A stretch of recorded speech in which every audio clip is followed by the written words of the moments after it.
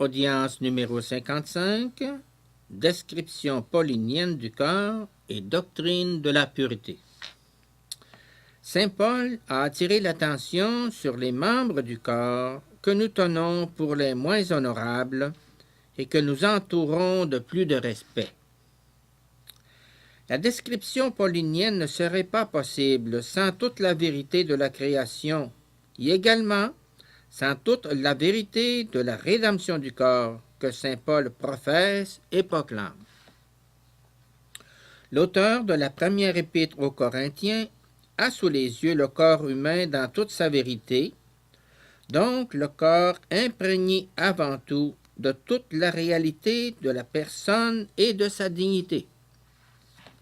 Il nous semble retrouver le témoignage d'une honte pareille à celle que les premiers êtres humains, hommes et femmes, avaient éprouvée après le péché originel, comme fruit de la triple concupiscence. Et s'est imprimé en eux, en même temps que cette honte, un certain écho de l'innocence originelle même de l'homme. Dans le corps humain, il y a les membres indécents parce que cette honte est dans l'homme lui-même et qu'elle lui fait percevoir comme moins honorables et considérer comme tels certains membres du corps humain.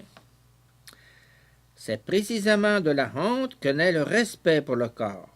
Dieu vit tout ce qu'il avait fait et voici que c'était très bien.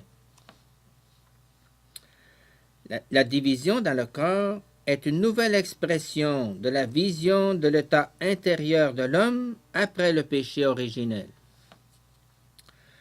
En état d'innocence originelle, la force unitive de leur corps était l'insoupçonnable substratum de leur union personnelle ou communio personarum.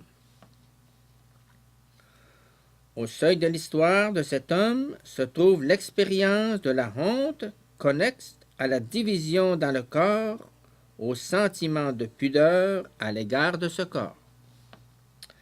Paul indique la voie qui mène à la transformation graduelle de cet état jusqu'à la victoire sur cette division dans le corps, celle du maintien de son propre corps